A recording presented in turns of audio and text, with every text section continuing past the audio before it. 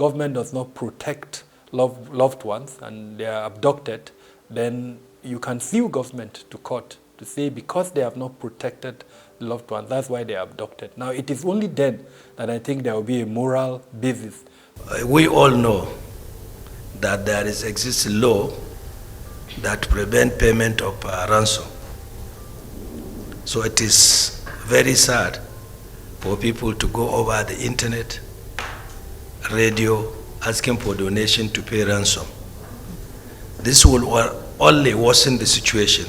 It will not help the situation at all.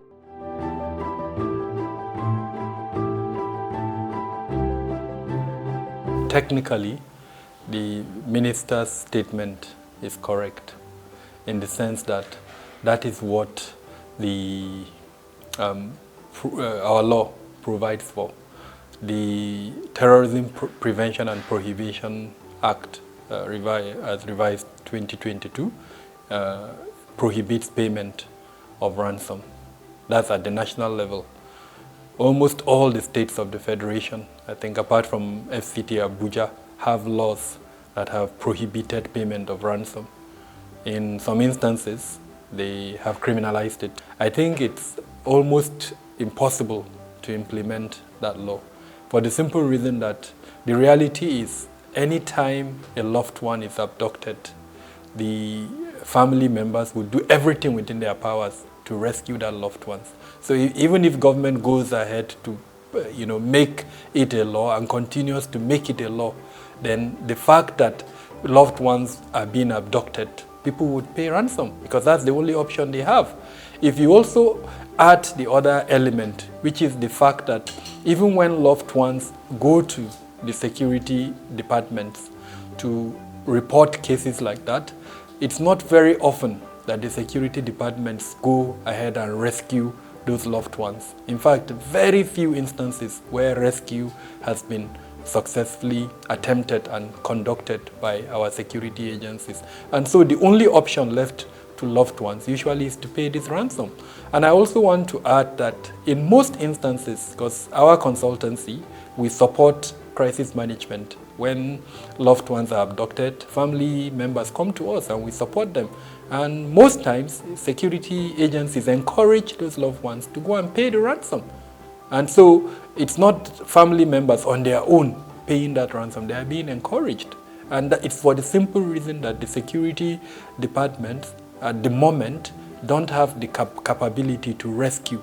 There are two options when loved ones are abducted. Either they are released or they are rescued. And because we don't have the capacity to rescue, the only option left to them is to pay and then loved ones. So the law is there, but implementing that law or compliance to that law under the current circumstances in Nigeria is almost difficult. So I'm a bit worried that the government expects citizens to comply when government on its part is not preventing that abduction. The first thing is to prevent the abduction. If you prevent it, then there is no need for people to even pay ransom. And that is why when that TPPA Act was amended to include the non-payment of ransom, there was a lot of argument between legal luminaries and some security practitioners like myself that perhaps we should make the protection of citizens by government a justiciable act, where if government does not protect loved ones and they are abducted, then you can sue government to court to say because they have not protected the loved ones, that's why they are abducted. Now, it is only then that I think there will be a moral basis for government to say don't pay ransom.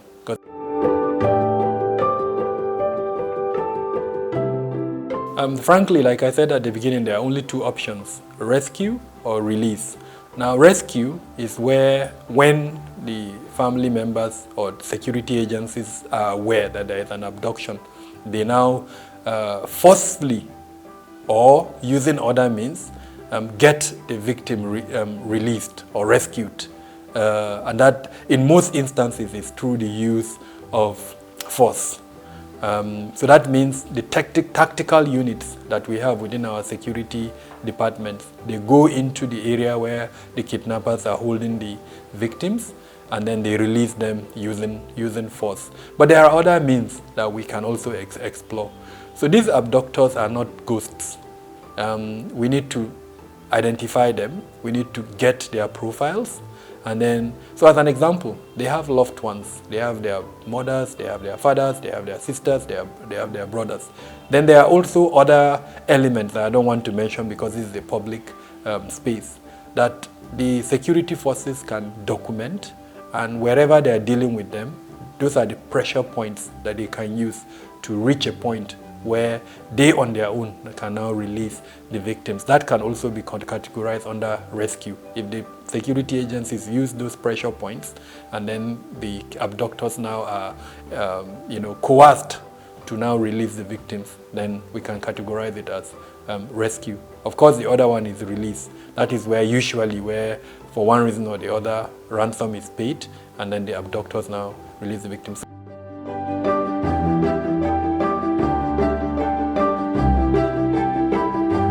Number one is let us not be discouraged. No one wants to be in that situation where his or her loved one is abducted. So the first thing is try to prevent it. And how do you try to prevent it? Read up everything you can about abduction, especially kidnap for ransom. If you need additional advice, approach organizations like mine, Beacon Consulting. There are several other security organizations that have a requisite understanding and knowledge of the subject of kidnap for ransom, and that can advise you either as an individual or as a corporate organization. If you are a corporate organization, please train your staff on what to do, how they should avoid being targeted. And then number two, if after all the preventive measures it still happens, please report it to the security organizations. Do not be deterred by the fact that we are not seeing enough action or rescue efforts by the security organization. It is a responsibility, a civic responsibility to report it. However, when you report it, my advice is try to report it to the highest echelon within the security organization. If you have access to the DPO, report it. If it's higher than the DPO, report it. Usually they understand and their response is better. So that means we need to get the telephone numbers of security organizations. Number three, please let's involve our politicians, especially the legislators. Try to get their numbers and tell them your worry. The state of insecurity in the country is very disturbing, so we need to inform our legislators, let them take action.